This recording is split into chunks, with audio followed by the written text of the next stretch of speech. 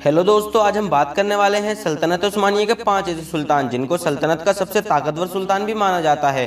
तो आपसे गुजारिश है कि इस वीडियो को पूरा देखें और अगर आप हमारे चैनल पर नए आए हैं तो इस चैनल को सब्सक्राइब करें और बेल आइकन को जरूर दबाएं ताकि हमारी वीडियो की नोटिफिकेशन सबसे पहले आपको मिले। दोस्तों, सल्तनत उस्मानिया मुसलमानों की वो बड़ी सल्तनत थी जिसने एक लंबे वक्त तक दुनिया पर हुकूमत की थी और यही वो हुकूमत थी जो दुनिया के एक बड़े हिस्से पर हुकूमत करने में कामयाब रही थी। यानी कि 52 लाख किलोमीटर तक इसकी हुकूमत की सरहदें फैली हुई थी। और अब हम बात करते हैं उन 5 सुल्तानों के बारे में जो कि अगर इस सल्तनत के सुल्तान ना होते तो सल्तनत इतनी ताकतवर नहीं होती। आइए ये बात इतिहास के हवाले से समझने की कोशिश करते हैं। कई इतिहासकार लिखते हैं कि अगर ये 5 सुल्तान ना होते तो ये सल्तनत इतनी बड़ी और इतने लंबे वक्त तक हुकूमत ना कर पाती। यूँ तो सल्तनत उस्मानिया में 34 सुल्तानों ने हुकूमत की थी जिनमें से एक से बढ़कर एक सुल्तान आए, लेकिन आज हम उन सुल्तानों के बारे में बात करेंगे जिन्हें सल्तनत उस्मानिया में अलग ही मुकाम हासिल है। सल्तनत उस्मानिया की टॉप 5 लिस्ट में नंबर 5 पे नाम आता है उस्मान गाजी का। वही उस्मान गाजी जिन्होंने 1299 में उस्मानी सल्तनत की बुनियाद रखी थी। उस्मान गाजी के वालिद अर्तुगरुल गाजी ने अपनी पूरी ज़िंदगी लगा दी तुर्की के छोटे बड़े कबीलों को एक परचम के नीचे जमा करने में। उस्मान गाजी ने अपने वालिद के नक्शे कदम पर चलते हुए 1299 में सल्तनत उस्मानिया की बुनियाद रख दी। और उस्मान गाजी ने अपनी पूरी ज़िंदगी में बहुत सी छोटी बड़ी जंगें लड़ी और किसी भी जंग में उन्हें कभी हार का सामना नहीं करना पड़ा। इस लिस्ट में 4 नंबर पर ओरान गाजी आते हैं और ये ओरान गाजी उस्मान के बेटे भी थे और इस सल्तनत के दूसरे सुल्तान भी थे।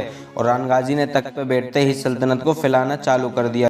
दोस्तों, उस्मान गाजी के दौर में भले ही सल्तनत उस्मानिया की बुनियाद तो रख दी गई थी लेकिन सल्तनत की कोई बड़े हिस्से पर हुकूमत नहीं थी। इसलिए ओरान गाजी ने सल्तनत उस्मानिया को बढ़ाया और ओरान गाजी के ही दौर में सल्तनत उस्मानिया की फ़ौज यूरोप में दाखिल हो गई थी। समुद्री रास्तों से यूरोप के बहुत से इलाकों को फतह करना शुरू कर दिया था और ओरान गाजी ही वो सुल्तान थे जिन्होंने जेनेसरी फ़ौज को तैयार किया था। वही जेनेसरी फ़ौज जिसे इतिहास में लिखा गया है नामुमकिन को मुमकिन कर दे। यही सल्तनत उस्मानिया की वो फ़ौज थी जो जंग में तब उतरा करती थी जब लगता था सल्तनत उस्मानिया की फ़ौज हार जाएगी। ये जंग में उतरकर जंग का नक्शा ही बदल दिया करते थे। इस लिस्ट में 3 नंबर पर हैं सुलेमान द मैग्निफिसेंट। ये वही सुलेमान द मैग्निफिसेंट हैं जिनको इतिहास में सल्तनत उस्मानिया का सबसे ताकतवर सुल्तान भी माना जाता है, क्योंकि दोस्तों इन्हीं के दौर में सल्तनत उस्मानिया पहली बार दुनिया में एक सुपर पावर की तरह सामने आई थी। यानी ज़मीन के साथ समुंदर पर भी हुकूमत करने लगी थी। यूरोप की ज़्यादातर सल्तनत इनके वक्त में सल्तनत उस्मानिया को टैक्स दिया करती थी। इन्होंने सल्तनत उस्मानिया पर 46 साल तक हुकूमत की थी और ये पूरा का पूरा दौर इन्होंने घोड़े की पीठ पर बैठकर ही गुजार दिया था। यही वजह थी सल्तनत उस्मानिया की सरहद यूरोप के अंदर तक दाखिल हो गई थी। पर बदकिस्मती से इनके बाद सल्तनत उस्मानिया को कोई ऐसा सुल्तान नसीब नहीं हो पाया।